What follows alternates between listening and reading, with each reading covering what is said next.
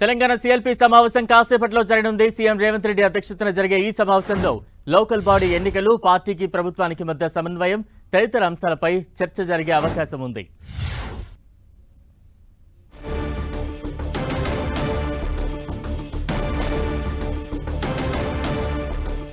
మరి కాసేపట్లో సీఎల్పీ భేటీ కానుంది. తాజా అప్డేట్స్ అందించేందుకు ప్రతినిధి ప్రతాప్ సిద్ధంగా ఉన్నారు. ప్రతాప్, బలరాం, మరి కాసేపట్లో కాంగ్రెస్ శాసనసభాపక్ష సమావేశం ప్రారంభం కాబోతుంది.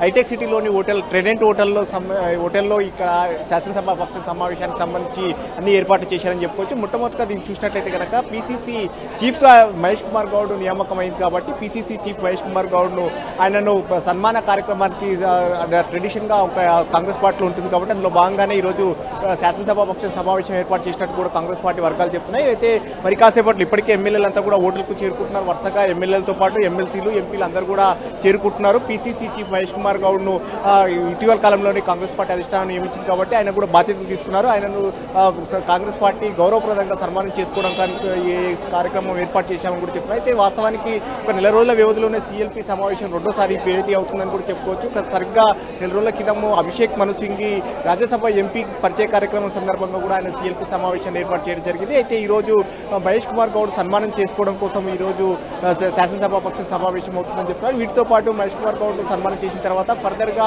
మిగతా అంశాలకు సంబంధించి ముఖ్యంగా స్థానిక సంస్థల ఎన్నికలు రాబోతున్నాయి కాబట్టి స్థానిక సంస్థల ఎన్నికలను కాంగ్రెస్ పార్టీ ప్రభుత్వం ఏ విధంగా ఎదుర్కోవాలి, ఏ విధంగా ముందుకెళ్లాలనే దానిపైన కూడా ప్రధానంగా చర్చించే అవకాశం ఉంటుంది. ఎందుకంటే మొత్తం ఎమ్మెల్యేలు, ఎమ్మెల్సీలతో పాటు అందరు ఎంపీలు కూడా అందరూ వస్తున్నారు కాబట్టి ఈ అంశాలతో పాటు ప్రభుత్వం ఏర్పడి దాదాపు 10 నెలలు కావస్తుంది కాబట్టి ప్రభుత్వానికి పార్టీకి సంబంధించి కూడా ఇచ్చిన గ్యాప్ లేకుండా ప్రభుత్వం తీసుకుపోయే కార్యక్రమాలన్నిటి కూడా పార్టీ తరఫున సమర్థవంతంగా జనంలోకి తీసుకెళ్లాలని చెప్పేసి భావిస్తున్నారు. ఈ అంశాలన్నిటి కూడా డిస్కషన్ చేసే అవకాశం ఉంది. ప్రభుత్వం ఏవైతే ప్రతిష్టాత్మకంగా చేపడుతుందో రుణమాఫీతో పాటు 6 గ్యారంటీకి సంబంధించిన స్కీమ్స్ ఏవైతే వాటిని అన్నింటి కూడా సమర్థవంతంగా జనంలోకి తీసుకెళ్లాలని కూడా ఆలోచన చేస్తుంది. అయితే ముఖ్యంగా అక్టోబర్ 2 నుంచి కూడా ప్రభుత్వం కొత్త రేషన్ కార్డులు ఇవ్వాలని కూడా ఒక ఆలోచన చేస్తుంది కాబట్టి దాదాపు తెలంగాణ ఏర్పడిన తర్వాత ఇప్పటి వరకు కూడా కొత్త రేషన్ కార్డులు ఇవ్వలేదు. ఈ కొత్త రేషన్ కార్డులకు సంబంధించిన అంశాన్ని ప్రజాప్రతినిధులు సమర్థవంతంగా జనంలోకి తీసుకెళ్లాలి.